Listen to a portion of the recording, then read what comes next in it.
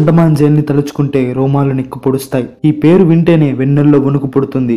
మనం తప్పు చేసినప్పుడు మన తల్లిదండ్రులు నిన్ను తీసుకెళ్లి అండమాన్ జైల్లో పడేయాలి అని చెప్తారు. నిజానికి అండమాన్ జైల్ ఎలా ఉంటుందో తెలుసా? అక్కడ టార్చర్ ఎలా ఉంటుందో మీకు తెలుసా? టార్చర్ పడే కంటే చనిపోవడం మేలని అక్కడ ప్రిజనర్స్ అనుకునేవాళ్ళు. అండమాన్ జైల్ భూలోకంలో ఉన్న పెద్ద నరకం అని చెప్పుకోవచ్చు, అంత టార్చర్ ఉంటుంది.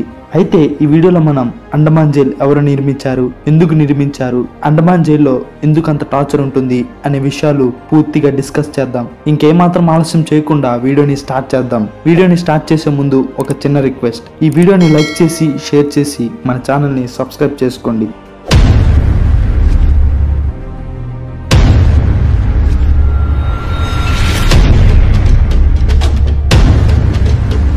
అయితే అండమాన్ జైలుకి ఇంకో పేరు కూడా ఉంది.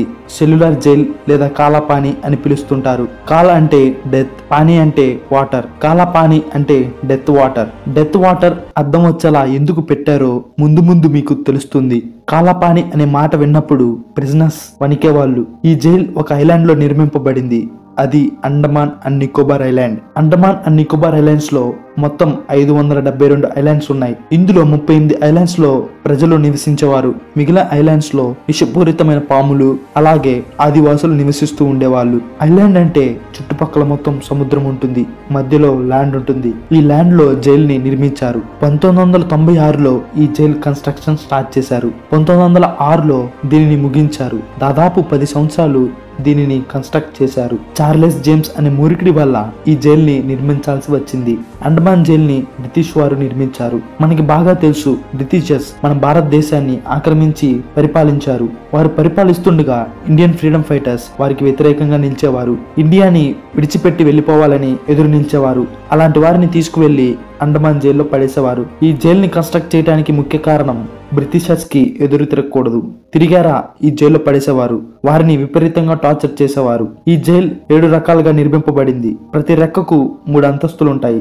ఈ 7 రెక్కలను కలుపుతూ ఒక టవర్ ని నిర్మించారు. ఈ టవర్ నుంచి ప్రిజనర్స్ ని గమనిస్తారు. సరిగ్గా ఈ జైల్ ని గమనిస్తే చక్రంలో సువల మాదిరి ఉంటుంది. ఒక్కసారి లోపలికి వెళ్తే అంతే, చావు తప్ప మరొకటి ఉండదు. ఈ జైలు నుంచి ఎస్కేప్ అవటానికి నో ఛాన్స్. ఎందుకంటే ప్రిజనర్స్ వేసే ప్రతి అడుగు అక్కడున్న గార్డ్స్ కి తెలిసిపోతుంది. ప్రతి క్షణం ప్రిజనర్స్ ఏం చేస్తున్నారు అని గార్డ్స్ అబ్జర్వ్ చేస్తుంటారు.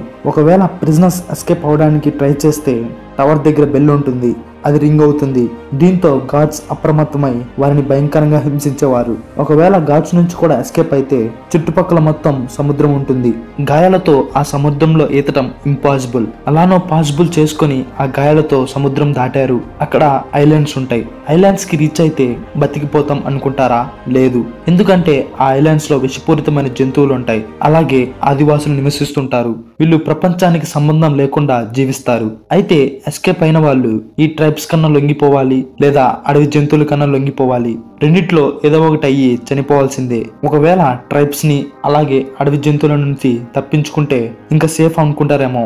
లేదు, చుట్టుపక్కల మొత్తం సముద్రమే ఉంటుంది. బ్రతకటానికి ఆప్షన్ లేదు. ఒకవేళ సముద్రంలో ఈత కొట్టి వెళ్తాం అంటే కష్టం. సముద్రంలో ఉన్న భయంకరమైన చేపలకి బలైపోతారు. ఎటు చూసినా బ్రతికే ఛాన్సెస్ లేవు. చావే ఆప్షన్. ఒక్కసారి ఈ జైలుకి వెళ్తే చాలు, చావు తప్ప మరొకటి ఉండదు. ఇంత భయంకరంగా ఉంటుంది. కాబట్టి సెల్యులార్ జైల్ ని ఐలాండ్ లో నిర్మించారు. అయితే ఈ సెల్యులార్ జైల్లో మొత్తం 696 సెల్స్ ఉన్నాయి. ఒక్కొక్కరిని ఒక్కొక్క సెల్ లో పడేసేవారు. ఈ సెల్ సౌకర్యంగా ఉంటుంది అనుకుంటే నో, కిటికీలు ఉండవు, సరిగ్గా ఎయిర్ ఫెసిలిటీ ఉండదు. ఈ సెల్ 13.5 అడుగుల ఎత్తు, 7 అడుగుల వెడల్పు ఉంటుంది. కంజెస్టెడ్ గా, ఇరుగుగా, ఇబ్బందిగా ఉంటుంది. ఈ సెల్ ఐరన్ గ్రిల్ తో స్పెషల్ గా డిజైన్ చేయబడిన డోర్ ఉంటుంది.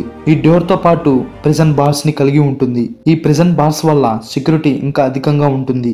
అయితే ఈ జైల్లో వినాయక్ దామోదర్, బుతికేష్ దత్, హరీంద్ర కుమార్ ఘోష్, మోహిత్ మోహిత్రా, సచిన్ నాథ్ ఇంకా అనేక మంది ఈ జైల్లో టార్చర్ చేయబడిన వ్యక్తులు.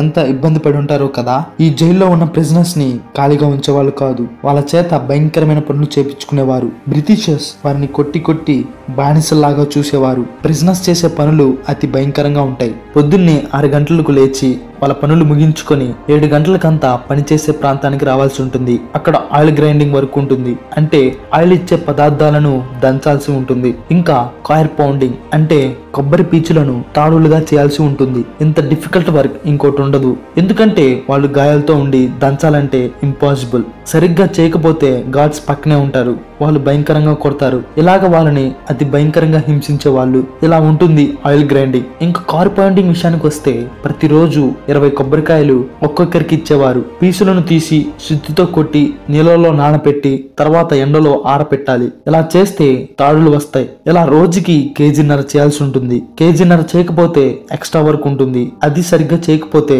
అసలు సిసలైన టార్చర్ స్టార్ట్ అవుతుంది. రాత్రింబగళ్ళు ఆ వర్క్ చేయాల్సిందే, ఇచ్చిన టార్గెట్ కంప్లీట్ చేయాల్సిందే. సరిగ్గా చేయకపోతే 4 రోజులు ఫుడ్ క్యాన్సిల్ అవుతుంది. ఇంకా 10 రోజుల పాటు క్రాస్ బార్స్ తో నిలబడి ఉండాల్సిందే. ఇంకా వర్క్ సరిగ్గా చేయకపోతే వారి చేతులు కట్టేసి ఉత్త లుంగితో నిలబెట్టేవారు. వారి బటక్స్ మీద విపరీతంగా కొట్టేవాళ్ళు. కొట్టిన చోటే కావాలని కొట్టేవాళ్ళు. వాళ్ళు కొట్టే కొట్టుడికి స్కిన్ ఊడిపోతుంది. అంత భయంకరంగా ఉండేది పనిష్మెంట్. దీంతో చాలా మంది ఈ పనిష్మెంట్ తట్టుకోలేక చనిపోయేవాళ్ళు. అక్కడ పనిచేసే వారికి ఒకరికి సంబంధం ఉండదు. సంబంధం పెట్టుకుంటే భారీగా ఉంటుంది టార్చర్. ప్రిజనర్స్ ఇంత వర్క్ చేసిన తర్వాత సరైన తిండి ఉంటుందా అంటే లేదు. వాళ్ళకి 3 బౌల్స్ ఇచ్చేవాళ్ళు. అందులో ఒకటి యూరిన్ పాస్ చేయడానికి, ఇంకొకటి డ్రింకింగ్ వాటర్ కి, ఇంకోటి ఫుడ్ కి. సరైన వాష్రూమ్స్ ఉండేవి కాదు. ఆ బౌల్లోనే యూరిన్ పాస్ చేయాలి. ఆ బౌల్ వారికి సరిగ్గా సరిపోయేది కాదు. దీంతో ప్రిజనర్స్ ఫ్లోర్ మీద యూరిన్ పాస్ చేసేవాళ్ళు. ఆ ఫ్లోర్ మీద కూర్చొని తినేవాళ్ళు. ఒక పక్క స్మెల్ వస్తూ తిండి తినాలంటే ఎలా ఉంటుందో చెప్పండి. అందుట్లో సెల్ సరిగ్గా ఉంటుందంటే నో, ఇరుకిరుగ్గా ఉంటుంది. అసలు లైట్ ఉండదు, చాలా డార్క్ గా ఉంటుంది. ప్రతిరోజు హార్డ్ వర్క్ చేసి వస్తే ఫుడ్ అన్హైజీనిక్ గా ఉంటుంది. ఫుడ్ లో పురుగులు, దోమలు, ఇంకా రాళ్ళు మిక్స్ అయి ఉండేవి. కనీసం వాటర్ అన్న సరిగ్గా ఉంటాయంటే అది కూడా సరిగ్గా ఉండవు. రెయిన్ వాటర్, పాండ్ వాటర్ లాంటివి ఇచ్చేవాళ్ళు. చాలా డేంజర్ కదా.